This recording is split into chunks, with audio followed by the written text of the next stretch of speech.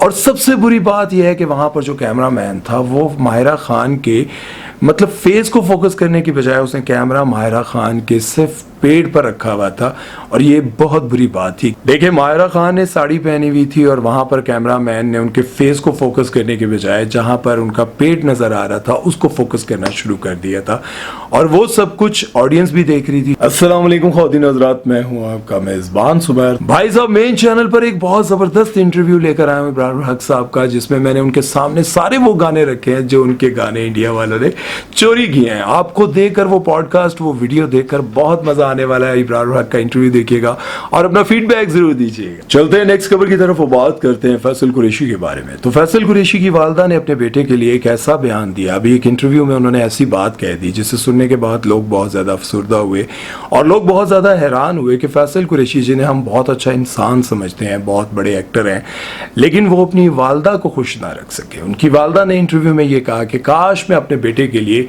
ये दुआ ना करती कि वो एक बहुत बड़ा एक्टर बन जाए, उसके लिए ये दुआएं ना मांगती, बल्कि ये दुआ मांगती कि अल्लाह जी मेरे बेटे को मेरे लिए अच्छा साबित करना और एक अच्छा इंसान बनाना, वो मेरे लिए एक अच्छा बेटा साबित हो।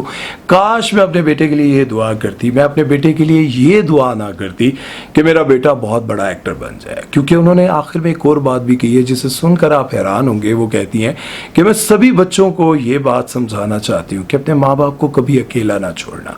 आपको पता है कि फैसल कुरैशी इतने बड़े एक्टर कैसे बने? ये अगर आप गौर से सुने, फैसल कुरैशी के वालिद और वालदा दोनों ही जो है वो अदाकार थे और उन्होंने फिल्म इंडस्ट्री में काफी काम भी किया, काफी वक्त भी दिया और उन्होंने अपने बेटे को स्टार बनाने के लिए काफी मेहनत भी की। बहुत छोटी उम्र में फैसल कुरैशी काफी सारी फिल्मों में भी काम कर चुके थे। उसके बाद उन्होंने बड़ी फिल्मों में भी काम किया, मतलब जब वो यंग हो गए तो उन्होंने फिल्मों में भी काम किया, लेकिन वो फिल्मों में कामयाब ना हो सके। उनकी बहुत सारी फिल्में फ्लॉप हुई, लेकिन उनके माँ बाप ने हिम्मत ना हारी और उनकी वालदा ने उनको ड्रामों की तरफ लेकर आई और फिर वो ड्रामों की तरफ आए और बूटा फ्रॉम टोबा टेक सिंह खलील रहमान कमर साहब का लिखा हुआ ड्रामा उन्होंने किया और वो ड्रामा सुपर डुपर हिट हुआ।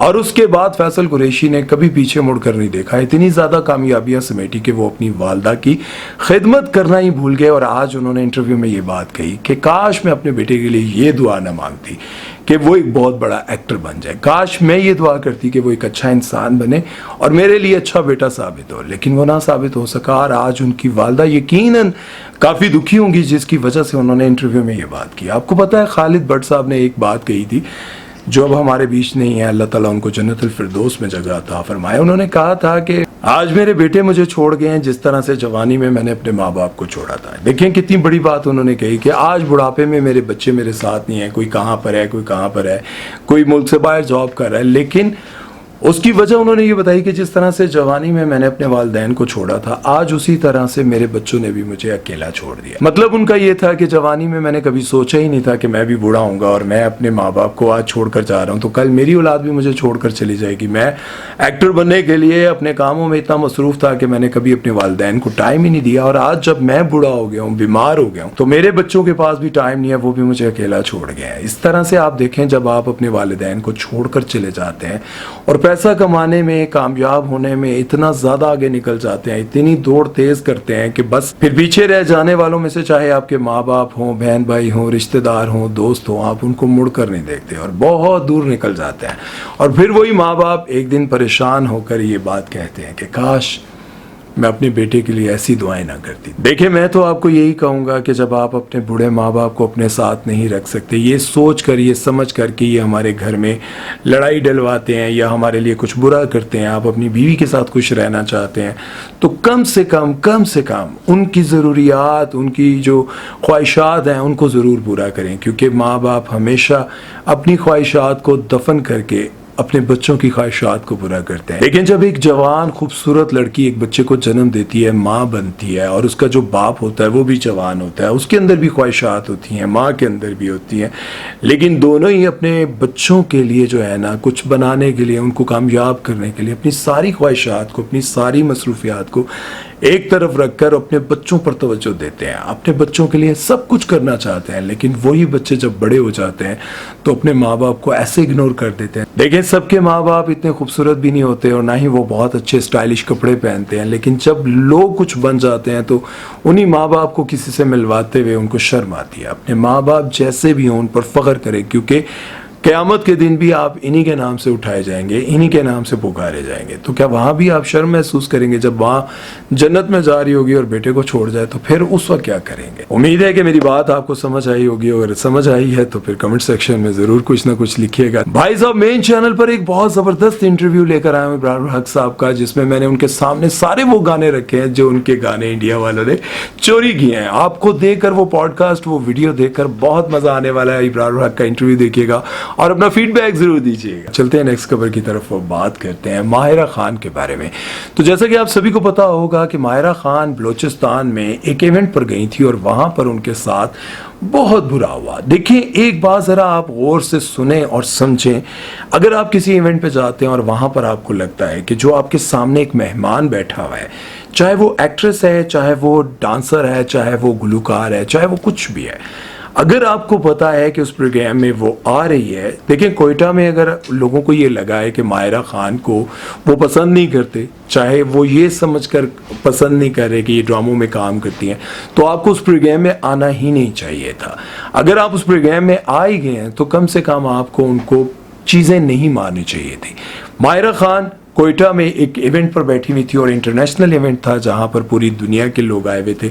बहुत सारे लोग वहां पर मौजूद थे, उस प्रोग्राम को देख रहे थे और वो प्रोग्राम ऑन एयर भी था। उस प्रोग्राम के होस्ट ने ऑडियंस को खुश करने के लिए माहिरा खान से एक वादा लिया और कहा कि अगर वजाहत रऊफ पैसा लगाए, क्या आप वो फिल्म कोयटा वालों के लिए बनाएंगी, कोयटा में एक फिल्म बनाएंगी? तो माहिरा खान ने कहा बिल्कुल ज़रूर बनाऊंगी। लेकिन उसी दौरान माहिरा खान के ऊपर बोतलें, कागज़ और इस तरह की चीज़ें बना बना कर फेंकना शुरू हो गए लोग।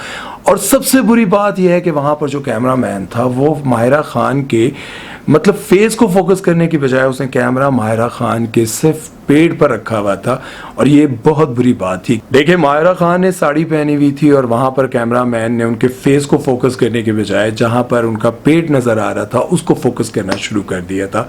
और वो सब कुछ ऑडियंस भी देख रही थी। शायद ऑडियंस को ये अच्छा ना लगा हो, लेकिन ऑडियंस को माहिरा खान ने बहुत अच्छे तरीके से समझाने की भी कोशिश की। कहती हैं कि फिल्म तो बन जाएगी, लेकिन अब ये क्या हो रहा है। मतलब मैं ये समझ रहा था कि अगर माहिरा खान की जगह कोई और एक्ट्रेस होती तो वो वहां से उठकर चली जाती और वो कहती कि मैं इस बदतमीजी को बर्दाश्त नहीं कर सकती, और वो वहां से उनको जाना भी चाहिए था। लेकिन माहिरा खान वहां पर बैठी रही और उन्होंने कहा कि मैंने कई बार सोचा, मैंने 3-4 बार सोचा कि मैं उठकर चले जाऊं, लेकिन फिर भी मैं बैठी। देखिए, एक एक्टर होने के नाते मैं माहिरा खान का साथ नहीं दे रहा हूं, बल्कि मैं ये बात आपको समझाने की कोशिश कर रहा हूं। देखें, इसकी जगह कोई भी बड़ी एक्ट्रेस वहां पर बैठी होती, वो उठकर चली जाती और वो बहुत सारी ऐसी बातें मीडिया के सामने आकर करती, लेकिन उन्होंने कोई ऐसी बात नहीं की। और आपको बताऊं कि बहुत सारी एक्ट्रेसेस में से सिर्फ माहिरा खान ऐसी हैं जो अपने फैंस के साथ, अपने चाहने वालों के साथ बहुत ही अच्छे तरीके से मिलती हैं। उनकी फील्ड क्या है, उनका काम क्या है, वो आपकी नज़र में गलत हो सकता है, गलत है,